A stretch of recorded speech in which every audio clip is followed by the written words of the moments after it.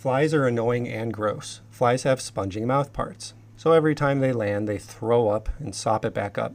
By doing so, they leave behind bacteria, viruses, and parasites. What makes things worse is knowing that these foul vermin are born from poop, dead animals, or rotting meat in a garbage can somewhere. There are two kinds of fly infestations. If you have fewer than 10 flies inside, they likely entered through an open door, a broken window screen, or another similar entry point. In this case, implement sanitation and other control methods for the flies outside. More on this later. If you have more than 10 to 12 flies inside, an animal likely died inside a structural void. Think squirrel, mouse, chipmunk, rat, bird, or raccoon. Obviously, the more flies inside, the bigger animal that died. In most cases, it is a bird, squirrel, or raccoon that died in the chimney. In this case, you should hire a chimney sweep to remove the carcass and install a chimney cap. If not inside the chimney, it is probably a rodent dying somewhere that you won't be able to retrieve it. Our protocol consists of an inspection to determine the source of the flies, applying fly bait to the problem area windows, and inspecting for potential wildlife entry points outside. Even if you can't remove the source, you can be proactive with exclusion, so the problem doesn't happen again. Managing a fly population outside is a different story. The thing to keep in mind about flies is that the metallic bottle flies travel up to 15 miles per day in search of food. Houseflies can come from a mile away, which is still a considerable distance.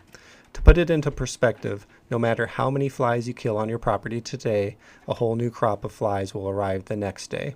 So the best way to manage flies outside of your home is through sanitation. That way you won't be continuously drawing new flies to your property. Focus on dog feces. Pick up after your dog immediately and store it so flies cannot get to it. Hose down where dogs defecate and clean the inside of your trash cans during fly season. Keep cans with a tight-fitting lid and as far away from your home as practical. Make sure that food scraps and cat litter are bagged in a way that flies cannot access them once inside the can. Compost piles are a neat idea. However, having one is also having a breeding site for flies. We would recommend instead using a compost service like Rust Belt Riders. Rotting vegetable matter is an overlooked source of flies. This can be fruit fallen from a tree, tomatoes that aren't picked in time, and other such sources in the garden. Beyond sanitation, I recommend using a combination of control techniques. Most people use bag or canister fly traps. You can attract and trap hundreds of flies with this approach, but to tell you the truth, it's not going to put a dent in the population. Remember that flies from miles away are coming to get trapped in your trap. Do you really want to magnetize flies to your property like that? Best case scenario is that you use them on the edges of your property to draw flies away from the more occupied areas. One of the most effective control options is to spray vegetation, fence lines, under outdoor structures, and other fly resting areas with a microencapsulated insecticide. The polymer coating on the insecticide provides long-lasting residual. Combine this residual spraying with fly baiting for the best results. Apply fly bait twice per week for best results. Fly bait comes in sprays that are mixed with water, in aerosol cans, and as a granular.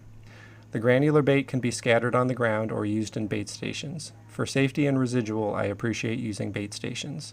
Trap and bait placement is most effective at ground level up to 6 feet. Spraying can go from ground level up to 15 feet high. Once flies are inside, we recommend the use of alpine fly bait. It works best when applied as a 1-inch band around windows and around light fixtures. You can use it in different ways, but that is what we do when something dies inside.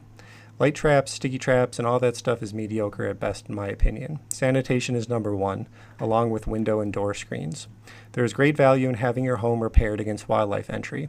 If you get flies, it all comes down to poop, garbage, and dead animals. Removing the source is way more important than killing the actual flies. If you need more than a fly swatter, then go for bait.